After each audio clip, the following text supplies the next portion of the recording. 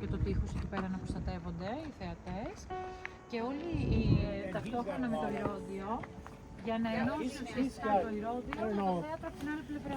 Το Ασκληπιού είναι το σύμβολο της θηλυκής. Ελληνική καταγωγή δηλαδή. Ναι, Έλληνας, αλλά επειδή ήταν...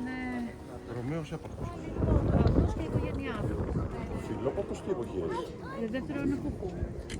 Και έχει ξεκινήσει η Ρωμαϊκή Αυτοκρατορία να κατακτήσει τα πάντα.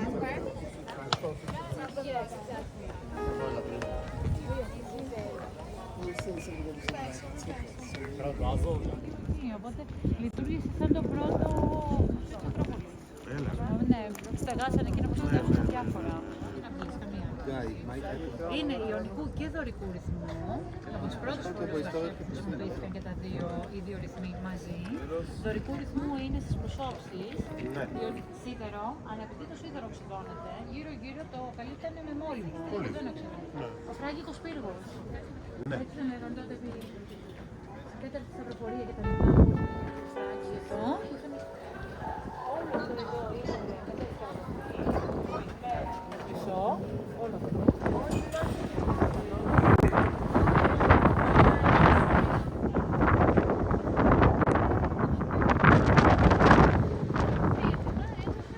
Στηρίζουν μια πολύ βαριά μαρμάρινη οροφή. Ναι. Οπότε ο λαιμός είναι πάντα το πιο λεπτό σημείο. Για να το ενισχύσουν έχουν βάλει την εξόδο από πίσω. Ναι. Τα ρούχα, ειδικά κάτω, είναι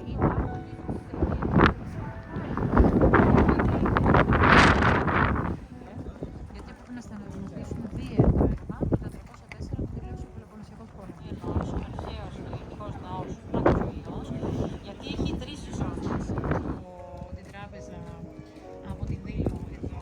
Λένε ότι μάλλον το ταμείο ήταν μέσα στο Παρθενάδη.